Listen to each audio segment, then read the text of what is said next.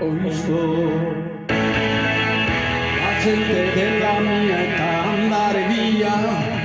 con le strade che non portano mai a niente, cercare il sogno che conduce alla pazzia, nella ricerca di qualcosa che non trovano nel mondo che hanno già, lungo le notti che dal vino sono bagnate, dentro alle stanze da pastiglie trasformate, lungo le nuvole di fumo di un mondo fatto di città, essere contro di ingoiare la nostra stanca civiltà, un Dio che è morto, dai bordi delle strade Dio è morto, nelle auto prese a lati Dio è morto, nei miti dell'estate Dio è morto. Mi han detto che questa mia generazione ormai non crede in ciò che spesso ha mascherato con la fede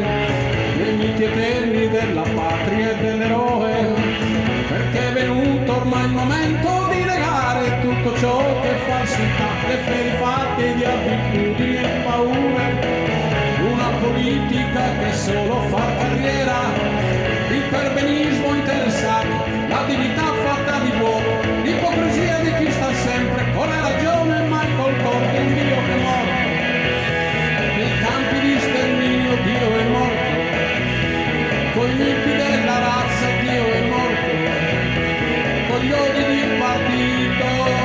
Dio è morto. Ma penso che questa mia generazione è preparata a un mondo nuovo, a una speranza appena nata, ad un futuro che ha già in mano, ad una rivolta senza armi, perché noi tutti ormai sappiamo che se Dio muore per 3 giorni e poi giorni